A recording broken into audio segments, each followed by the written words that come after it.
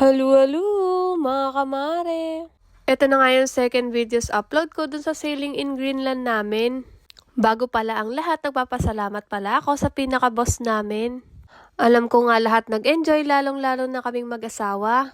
3 batch nga kami at kami na yung panghuling batch. Sa isang batch nga, 8 lang ang capacity. Nakarating na nga kami rito, isa sa mga island ng Greenland na kung tawagin nila ay Kukut.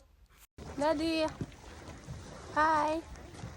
Hi! Sabi nga nila maganda daw yung batch namin dahil maganda yung weather. Maganda nga daw pumunta dito kapag medyo makulimlim. Dahil kapag pumunta ka nga daw dito summer at may araw, napakadami daw insekto. Kaya kailangan mo pa daw magkulambo sa muka. Ano? Di mo kontremiss ko. Mamaya Cheers, ka. Tay! Cheers! Cheers guys! Sama na nagtingin niya.